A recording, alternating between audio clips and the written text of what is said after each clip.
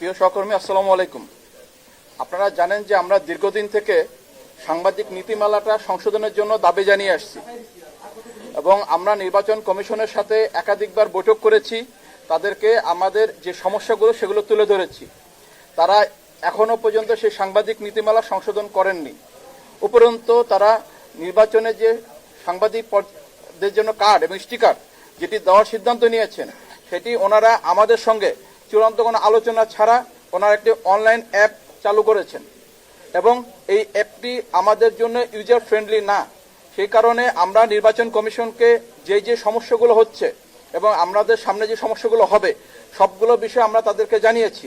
আমরা তাদেরকে বলেছি যে আমাদের সাংবাদিক সংগঠনগুলো একটি সিদ্ধান্ত নিয়েছে, আগামী রোববারের ভিতরে যদি এই সমস্যাগুলো সমাধান না করা হয় তাহলে আমরা এই নির্বাচনের সংবাদ সংগ্রহ করব কিনা, কভার করব কিনা, সম্প্রচার করব কিনা, সেই বিষয়ে আমাদের যারা সাংবাদিক নেতৃবৃন্দ রয়েছেন তারা বৈঠক করে সিদ্ধান্ত নেবেন এবং বাকি বিষয়গুলো আমাদের ডিউজের সম্মানিত সভাপতি শহীদুল ভাই বলবেন। জি, ধন্যবাদ সবাইকে।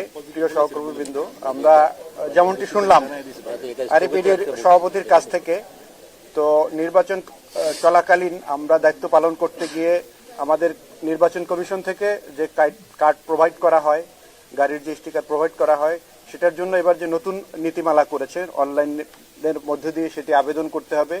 তো আমরা তাদের কাছে তুলে ধরেছি যে এটি আসলে ইউজার ফ্রেন্ডলি নয়, যার কারণে এটি দিয়ে সমস্যা হবে। এই শর্ট টাইমের মধ্যে আমরা এটি রেজিস্ট্রেশন করে আমাদের সহকর্মীদেরকে কার্ড প্রোভাইড করা সহজ হবে না, যার কারণে পূর্বের যে নিয়ম ছিল সেই নিয়মে কার্ড প্রোভাইড করবার জন্য আমাদের পক্ষ থেকে দাবি করা হয়েছে এবং আগামী রোববারের মধ্যে সেই সমস্যাটি সমাধান করবার জন্য আমরা তাদের কাছে আবেদন জানিয়েছি এবং তারা আমাদেরকে আশ্বস্ত করেছেন যে আগামী রোববারের মধ্যেই এই সমস্যাটি সমাধান হবে এবং তার আগেও হবে। এবং যে সমস্যাগুলো হয়েছে এই যে নতুন নীতিমালার কারণে সেটি তারা স্বীকার করেছেন, হ্যাঁ কিছু সমস্যা এখানে হয়েছে।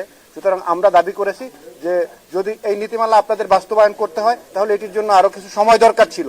সেই সময়টি আমাদের হাতে যেহেতু নেই, সেহেতু আমাদের সহজ পদ্ধতিতে আগে যেভাবে কার্ড প্রোভাইড করা হতো সেভাবে নির্বাচনী দায়িত্ব পালন করবার জন্য কার্ড এবং গাড়ির স্টিকার এটি প্রোভাইড করবেন, তারা আমাদেরকে আশ্বস্ত করেছে। আমরা রোববার পর্যন্ত দেখব, এরপরে যদি তারা এটি সমাধান না করেন তাহলে আমরা আগামী রোববার আরেকটি মিটিং করে আপনাদের কাছে আমরা অবহিত করব যে সর্বশেষ কি অবস্থা। আমরা আশা করি রোববারের মধ্যে এই সমস্যাটি সমাধান হয়ে যাবে। সবাইকে ধন্যবাদ।